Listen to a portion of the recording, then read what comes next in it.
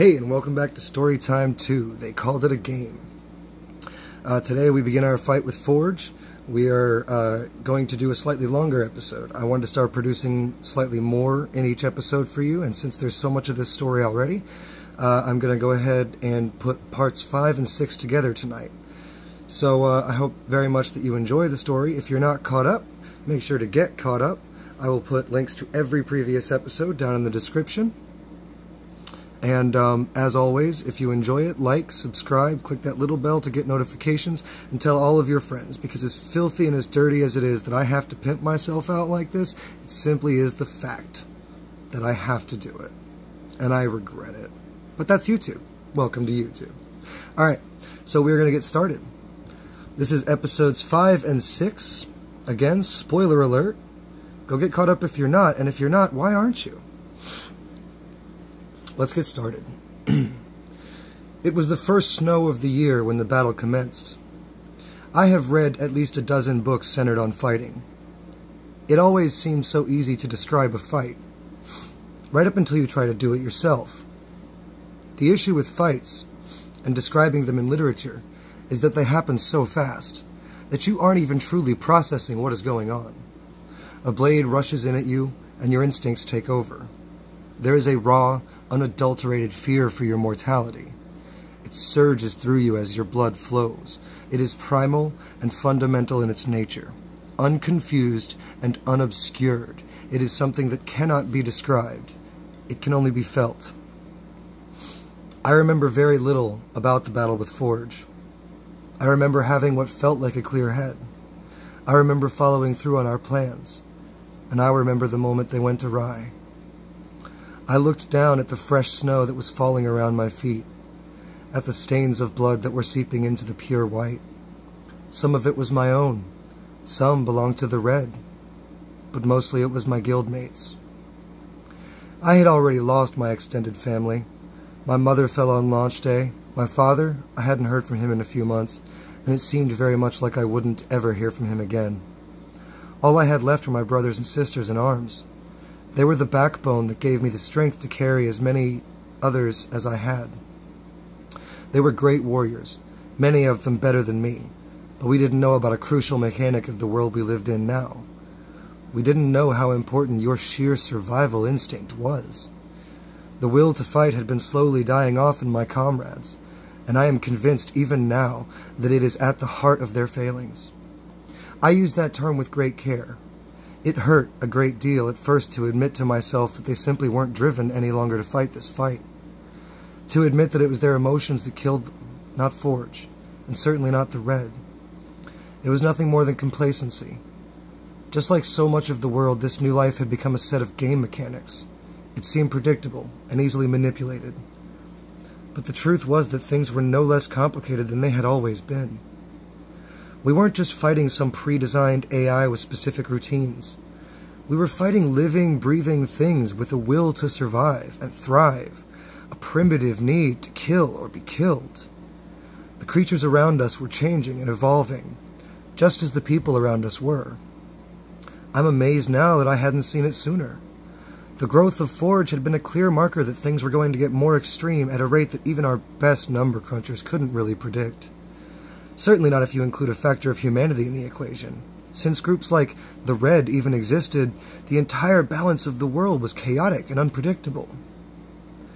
As the blood flowed down my arms and onto my twin Madhus, a small shield with a medium-length blade protruding from the side, it began to register and resonate with me that these were real human lives being snuffed out all around me, and that my own, truly and legitimately, was at stake. Fight or flight wasn't an option at this point. It was fight or die. There was no escape.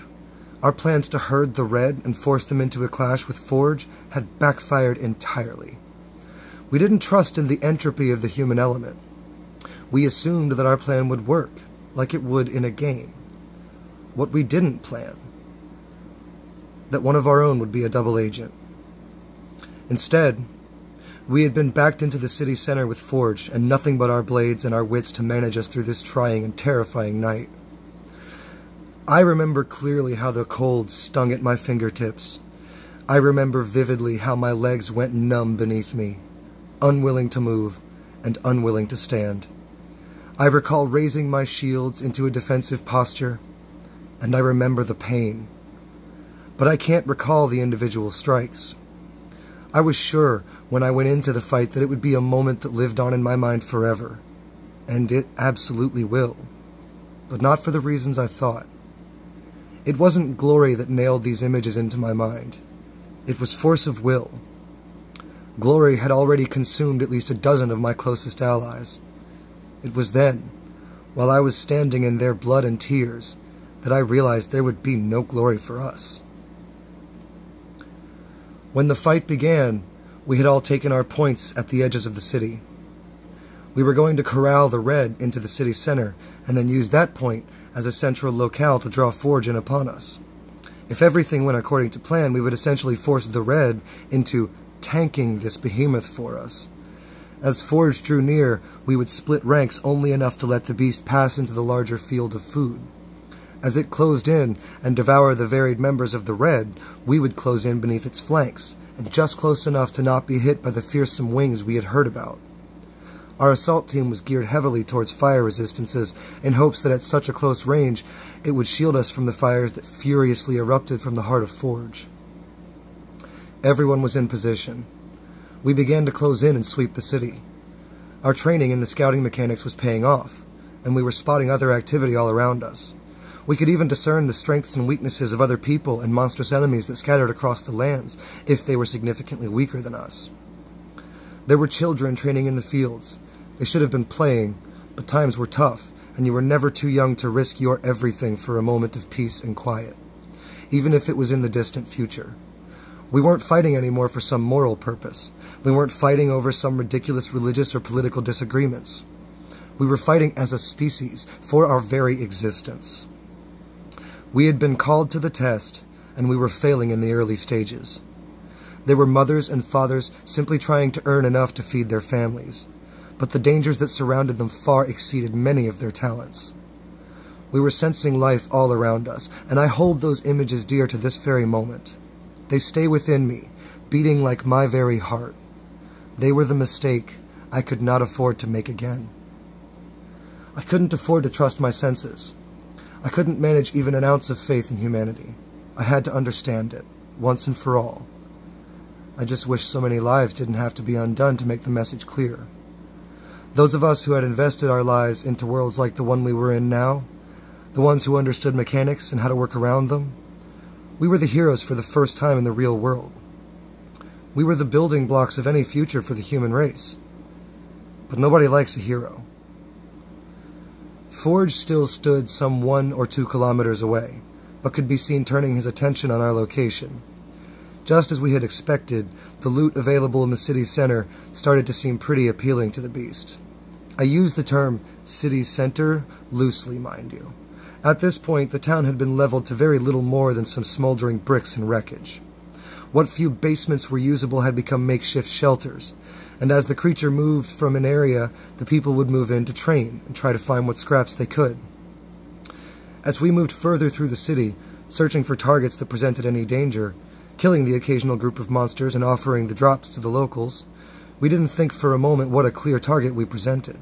Here we were, roaming the streets and back alleys of the city, prepared and ready for its challenges, and clearly in search of something. We thought they were just being shy, that mostly the kids were used to their trainers and didn't really want to talk to a group of heavily armed adventurers.